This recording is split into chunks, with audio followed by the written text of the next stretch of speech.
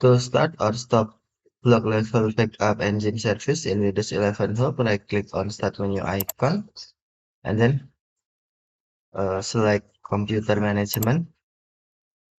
Next, click or tap Services and Application drop-down menu. Select Services and then find Stop block level backup engine service.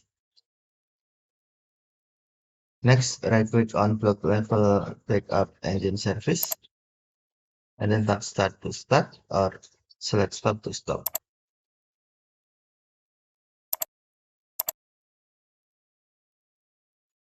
The VP engine service is used by Windows Backup to perform backup and recovery operations.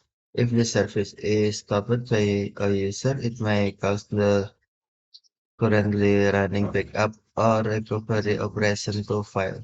Disabling the service may disable backup and recovery operations using Windows Backup on this computer. Okay, thank you for watching. Have a nice day.